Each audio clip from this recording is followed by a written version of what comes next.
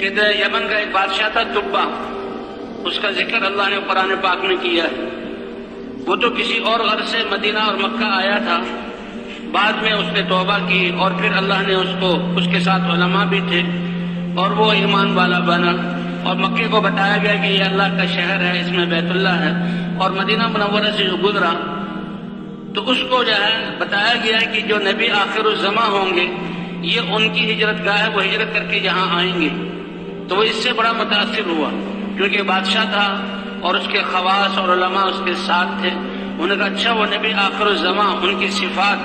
اور زبور میں بتایا گیا کہ یہ ان کی صفات ہیں، تو انہوں نے کہا اچھا میں تو ان پر ایمان لاتا ہوں اور میں ان کو ابھی سے نبی مان کر ان کی امت میں شامل ہوتا ہوں۔ اور اس نے اشعار کہے اور ایک خط لکھا حضرت محمد صلی اللہ علیہ وسلم کے نام،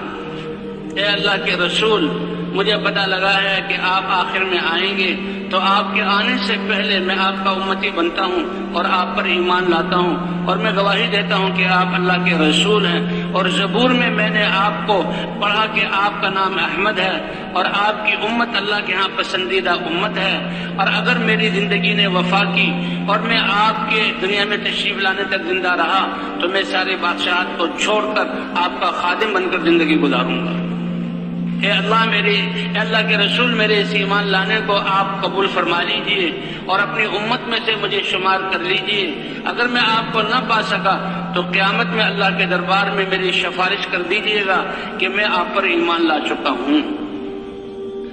اور بلکہ یہ بھی ہے کہ اس نے حضور صلی اللہ علیہ وسلم کے لیے ایک گھر بنوایا اور اپنے معتمد خاص کو چھوڑا کہ تم اپنی نسل در نسل، ایک تو یہ خط میرا حضرت محمد صلی اللہ علیہ وسلم کو دے دینا اور نسل در نسل اس گھر کی حفاظت کرنا، اور جب حضرت محمد صلی اللہ علیہ وسلم یہاں ہجرت کر کے آئیں گے تو یہ میرا گھر ان کو دینا کہ وہ اس میں ذکر ہیں، میری طرف سے گھر بنایا جاتا ہے۔ کہتے ہیں حضور صلی اللہ علیہ وسلم، اور بادشاہ وہ چلا گیا وہاں سے، اس کا انتقال ہوا۔ حضور صلی اللہ علیہ وسلم جب مدینہ منورہ تشریف لائے، پہلے قباء میں ٹھہرے، پھر ہوتے ہوئے مدینہ منورہ آئے،